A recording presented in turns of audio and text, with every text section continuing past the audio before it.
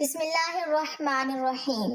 حضرت عمر رضی اللہ تعالی عنہ اور ایک جادوگر کا واقعہ۔ اسلام قبول کرنے سے کئی سال پہلے حضرت عمر بن خطاب رضی اللہ تعالی عنہ ایک دفعہ تجارتی قافلے کے ساتھ مال لے کر مکہ سے شام گئے۔ قافلے میں قریش کے کئی اور بڑے سردار بھی شامل تھے۔ یہ قافلہ شام کے سب سے بڑے شہر دمشق گیا اور وہاں اپنا مال بیچ کر مکہ واپس روانہ ہوا۔ تھوڑا سا فاصلہ طے کرنے پر حضرت عمر رضی اللہ تعالی عنہ کو یاد آیا کہ ان کی ایک رشتہ دار خاتون نے انہیں کچھ سونا دیا تھا کہ اسے بیچ کر اس کے لیے کچھ کپڑے وغیرہ لیتے آئیں۔ انہوں نے اپنے قافلے کے ساتھیوں سے کہا کہ فلاں عورت کا کام کرنے واپس دمشق جا رہا ہوں، کوشش کروں گا کہ یہ کام کر کے جلدی واپس آ جاؤں۔ حضرت عمر دمشق واپس گئے تو بازار بند ہو چکے تھے۔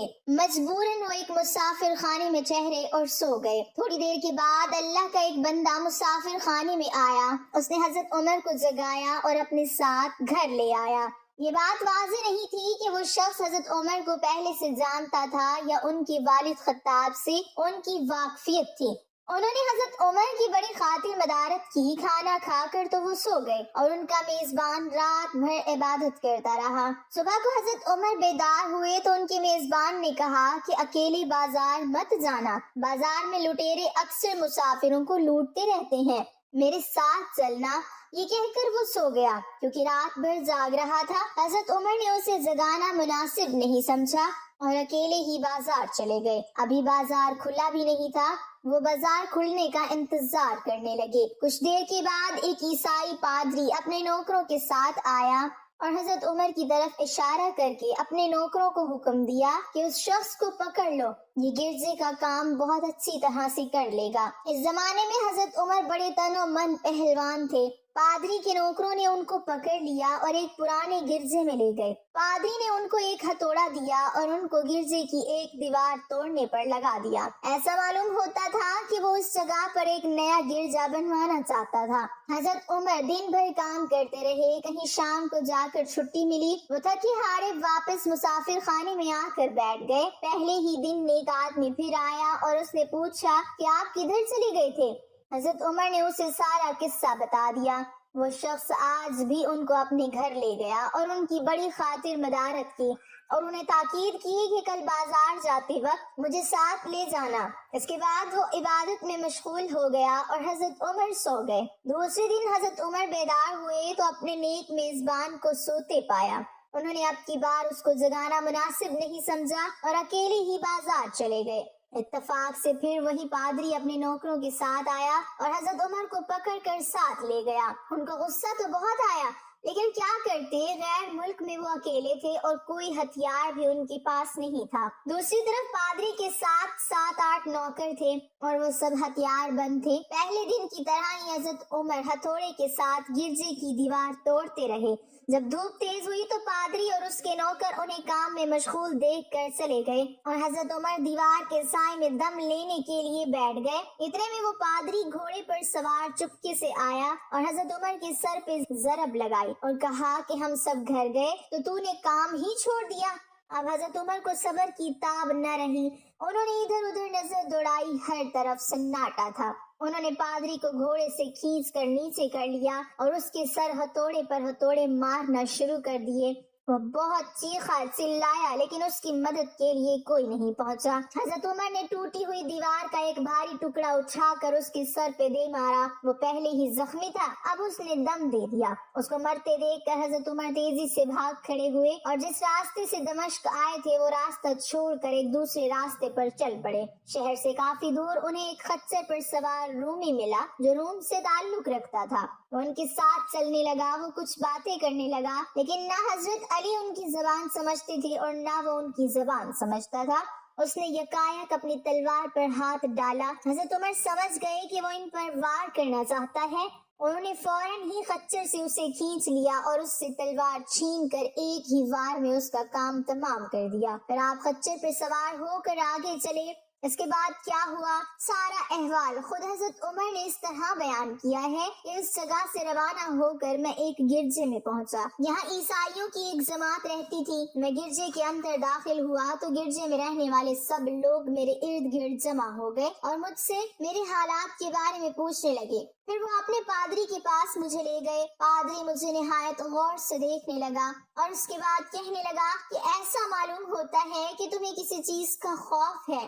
میں نے کہا کہ تم نے کیسے اندازہ لگا لیا کہ مجھے کسی چیز کا خوف ہے؟ اس نے میرے سوال کو ٹال دیا اور کہا کہ آپ جب تک چاہیں یہاں ٹھہریں، آپ کو یہاں کسی قسم کا کوئی خطرہ نہیں، آپ ہماری حفاظت میں ہیں. پھر اس پادری نے مجھے اپنے گھر میں مہمان کی طرح رکھا اور میری نہایت ہی خاطر مدارت کی اور پھر پوچھا کہ آپ کون ہیں؟ میں نے اسے بتایا کہ میں مکہ کا رہنے والا ہوں اور قبیلہ قریش سے تعلق رکھتا ہوں. تجارتی قافلے کے ساتھ شام آیا تھا. تجارت کا مال بیچنے کے بعد ایک ضروری کام کے لیے مجھے اپنے قافلے سے جدا ہو کر واپس دمشق جانا پڑا. اب میں اپنے وطن واپس جا رہا ہوں اور راستہ بھٹک کر یہاں آ نکلا ہوں. پادری مجھے غور سے دیکھتا رہا اور بار بار طرح طرح کے سوال کرتا رہا. میں نے ان کے یہاں نہایت ہی آرام سے رات بسر کی. صبح کو آ کے پوچھا کہ آپ کا ارادہ یہاں ٹھہرنے کا ہے یا آگے جانے کا؟ میں نے کہا کہ اب میں آپ سے رخصت ہونا چاہوں گا. یہ سن کر پادری نے اپنا ایک شاندار گدھا جو بڑا خوبصورت اور نہایت ہی تیز رفتار تھا لے آیا. اس گدھے کی پیٹھ پر کھانے کی مزیدار چیزیں اور قیمتی تحفے بھرے ہوئے تھے اور پھر کہنے لگا کہ آپ اس گدھے پر سوار ہو جائیں اور چل پڑیں. راستے میں آپ کا گزر کسی عیسائی مکان کے پاس سے ہوگا تو وہ آپ کو اس گدھے پر سوار دیکھ کر آپ کی بے حد تعظیم کرے گا اور آپ کی خاطر مدارت میں کوئی کسر نہیں چھوڑے گا. یہ کہہ کر پادری نے میرا ہاتھ پکڑا اور تنہائی میں لے جا کر کہنے لگا کہ اے عمر، آپ پر میرا حق واجب ہو گیا ہے. میں نے کہا بے شک. اس نے کہا آپ کا تعلق ایک معزز قوم سے ہے، میری آپ سے ایک غرض ہے. میں نے کہا کہ آپ بیان کر دیں، لیکن حیرت کی بات ہے کہ آپ جیسا بڑا آدمی مجھ جیسے پریشان حال مسافر سے کوئی غرض کیسے رکھ سکتا ہے؟ اس نے بڑے یقین بھرے لہجے میں کہا کہ سنیں، میں ایک ایسا آدمی ہوں جسے اللہ نے آسمانی کتابوں کا علم عطا کیا ہے. میں نے آپ کی ذات میں بہت سی ایسی نشانیاں دیکھی ہیں جو یہ ظاہر کرتی ہیں کہ جب ایک مقررہ مدت پوری ہو جائے گی تو حالات میں زبردست تبدیلی آئے گی. اس وقت آپ ہمارے ملک کے حاکم بن جائیں گے اور یہاں کے سب شہروں میں آپ ہی کا حکم چلے گا. اس کے بعد پادری نے اپنی جیب سے دوات، قلم اور کاغذ نکال کر کہا کہ میری غرض یہ ہے کہ آپ اس کاغذ پر لکھ دیں کہ اس گرجے اور اس کی جائیداد پر کسی قسم کا کوئی محصول لاگو نہیں کیا جائے گا. میں نے حیران ہو کر پادری سے کہا کہ آپ مجھ سے مذاق تو نہیں کر رہے؟ اس نے کہا کہ قسم ہے اس ذات کی جس نے حضرت عیسیٰ علیہ السلام پر انجیل نازل فرمائی، میں جو کچھ کہہ رہا ہوں وہ بالکل سچ ہے. آپ مہربانی کریں اور میری درخواست قبول فرمائیں. میں نے پادری کی باتوں کو اس کا وہم سمجھا اور جیسے اس نے کہا میں نے اسی طرح کاغذ پہ اسے لکھ کر دے دیا. اس کے بعد گدھے پر سوار ہو کر چل پڑا. راستے میں مجھے کئی جگہ پر عیسائیوں کی جماعتیں ملی. انہوں نے مجھے ایک پادری کے گدھے پر سوار دیکھ کر میری بڑی خاطر مدارت کی.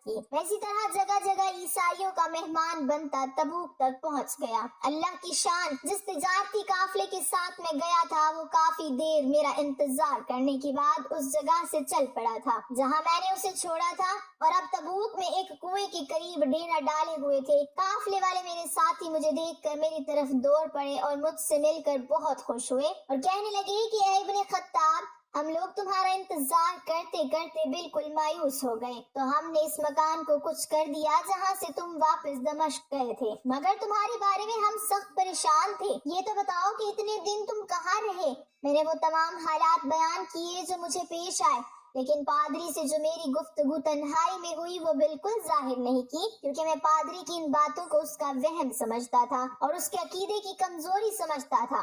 قریش کے ایک سردار ابو سفیان بھی اس قافلے میں شامل تھے. انہوں نے مجھے اس شاندار گدھے پر سوار دیکھ کر کہا، ارے تم لوگ اس نوجوان کی خوش نصیبی تو دیکھو، اسے کسی ایسے میدان میں چھوڑ دیا جائے جہاں نہ پانی ہو نہ سبزہ، پھر بھی اسے رزق مل جائے گا. پادری نے رخصت کرتے وقت مجھ سے کہا تھا کہ جب میں اپنے ساتھیوں کے پاس پہنچ جاؤں اور گدھے کی ضرورت نہ رہے تو اس کی رسی کو مضبوطی سے باندھ کر گدھے کو اسی جگہ پر چھوڑ دینا. لہٰذا میں نے ایسا ہی کیا۔ یہ دیکھ کر ابو سفیان نے کہا کہ ارے یہ تم نے کیا کر دیا؟ گدھے کو ایسی جگہ پہ چھوڑ دیا جہاں پہ چور اچکے اور درندے اکثر گزرتے رہتے ہیں۔ میں نے کہا اس کے مالک نے مجھے ایسا ہی کرنے کی ہدایت کی تھی، وہ اس کی عادتوں سے زیادہ واقف ہے۔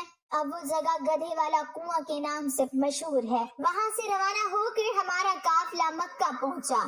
میری اور پادری کے درمیان جو گفتگو ہوئی تھی وہ مجھے بھلائی نہ بھولتی تھی۔ پہلے تو کئی دن تک میں نے اسے اپنے دل میں ہی رکھا، پھر مجھ سے ضبط نہیں ہوا اور یہ راز میں نے اپنے رشتہ دار خاتون کے سامنے ظاہر کیا جس نے مجھے سونا دیا تھا۔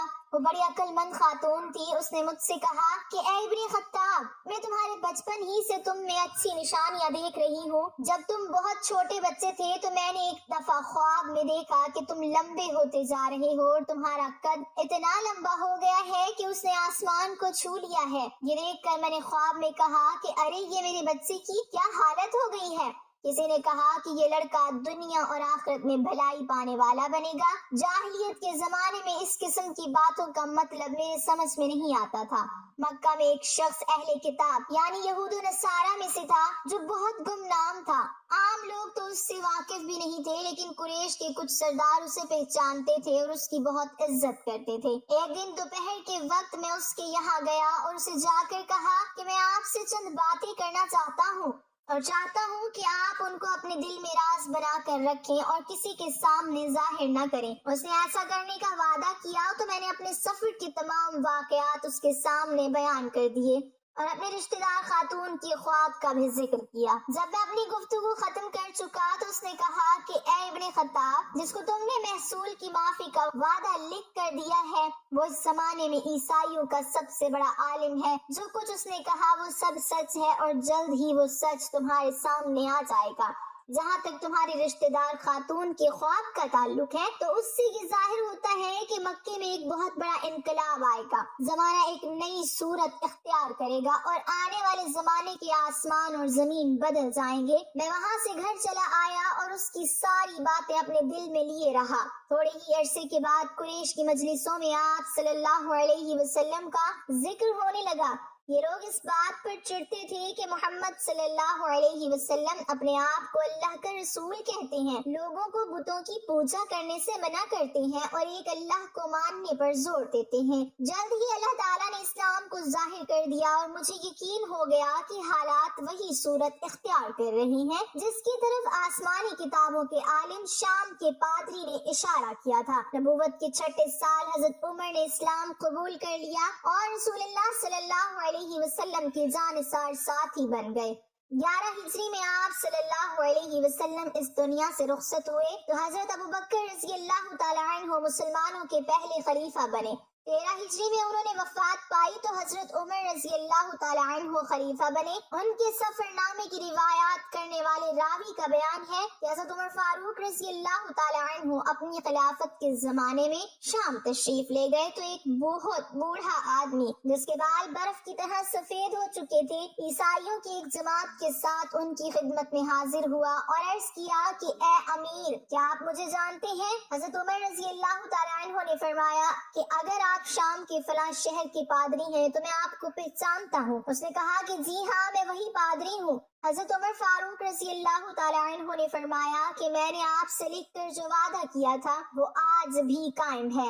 اللہ تعالیٰ نے اپنے رسول صلی اللہ علیہ وسلم کے ذریعے ہمیں عزت بخشی، انہوں نے ہمیں اللہ تعالیٰ کے پسندیدہ دین اسلام کی طرف دعوت دی اور ہم نے یہ قبول کی۔ آپ ہی نے مجھے ان باتوں سے آگاہ کیا تھا، اب آپ کو کون سی چیز اسلام قبول کرنے سے روکتی ہے؟ بوڑھے پادری نے حضرت عمر کی باتیں سن کر اسی وقت اپنے ساتھیوں سمیت کلمہ پڑھ کر اسلام کی دولت حاصل کر لی۔ حضرت عمر رضی اللہ تعالیٰ عنہ کو جادوگروں سے بہت نفرت تھی۔ انہیں جہاں کہیں بھی پتہ چلتا کہ وہاں کوئی جادوگر ہے تو حضرت عمر رضی اللہ تعالیٰ عنہ انہیں قتل کرنے کا حکم دیتے تھے۔ حضرت عمر رضی اللہ تعالیٰ عنہ کے دور میں ایک شخص تھا جو لوگوں کو بتا دیا کرتا تھا کہ تمہارے ہاتھ میں کتنی کنکریاں ہیں، وہ یہ ظاہر کرتا تھا کہ مجھے غیب کا علم ہے۔ ایک دفعہ حضرت عمر رضی اللہ تعالیٰ عنہ نے اس جادوگر کو بلایا اور اپنے سامنے بٹھا لیا، پھر آپ رضی اللہ تعالیٰ عنہ نے اپنا ہاتھ پیچھے کیا اور اپنے ہاتھ میں کچھ کنکریاں اٹھا لی، پھر جادوگر سے کہا چل بتا میرے ہاتھ میں کیا ہے۔